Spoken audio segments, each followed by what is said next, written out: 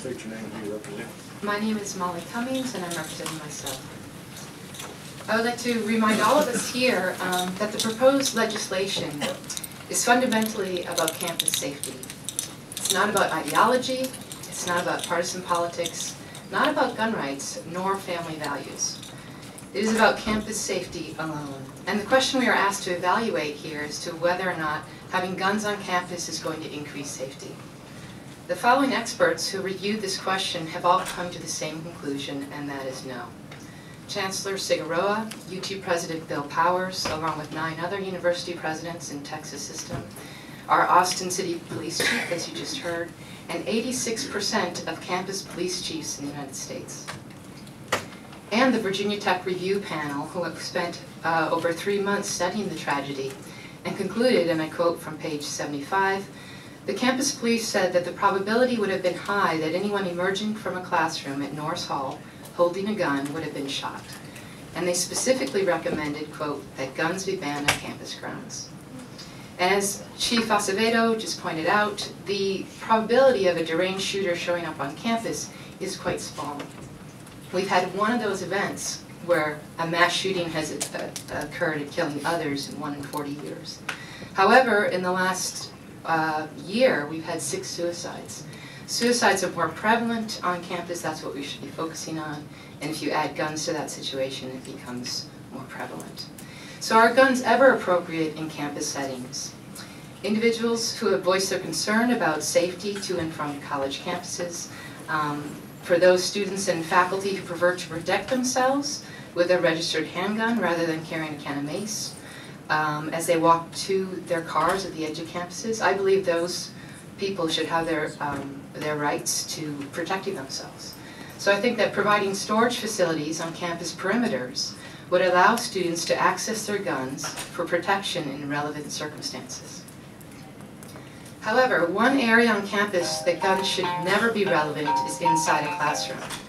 This is a location of learning, and unfortunately, it can also be a location of intense emotions and stress.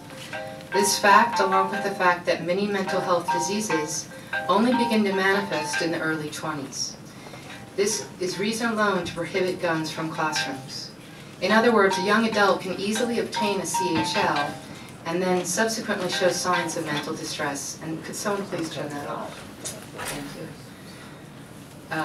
And this bears out with the statistics, which actually are in direct conflict with the previous testimony, that indicate that CHL holders in the age range of 21 to 30 are more likely to commit offenses than older CHL holders. And yes, CHL holders do commit crimes, Senator Whitworth. As a professor who teaches upper divisional biology at the University of Texas, I stand between many students and their dreams to go to medical school. If these students earn a C in my class, this is a barrier for med school admissions.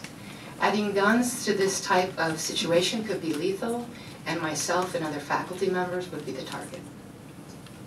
If this legislation passes, there will be tremendous turmoil amongst UT faculty. Every single professor with whom I have spoken with has expressed distress over this proposed legislation. And I have heard a number of mechanisms by which faculty plan to ensure that they never teach with a gun in their classroom. Wait a second, how do they do that? I'm going to tell you 4. There are 4 ways, and I'm about to tell you those. The first is that they plan to leave Texas. And also, this is actually quite a problem. We will have trouble recruiting the best and the brightest. Really? Really. A professor would leave the state over this issue. Absolutely. I've heard 2 professors state this. That's interesting. It's interesting and it's distressing, because right now we have national rankings that are on the order of the Stanfords and the Harvards and the MITs of this nation. And none of those schools have allowed handguns on campus. So all Texans should be concerned if this leads to a decrease in our national rankings. Others plan to protest this legislation by giving all A's to their students, emphasizing the point that such legislation is asking for great inflation. And when that happens, our credibility will be compromised. Others plan to shift their teaching to entirely video conferencing. The lack of a face-to-face interaction with students will obviously have a detriment to the quality of education that UT provides. Still, others plan to ensure that no gun enters their classroom by taking the same sort of measures you take here at the Capitol. That is, employing metal detectors on each and every student prior to class. This again will be a detriment to the quality of education, as it will cut into productive class time. Yet obviously, faculty who may employ these measures to ensure safety in the classroom may be subject to lawsuits. And these type of lawsuits are likely to head to the federal court system, creating further headaches for the Texas education and legislation system. Recent Supreme Court rulings in 2008 and 2010 have upheld the right to prohibit the possession of firearms in schools.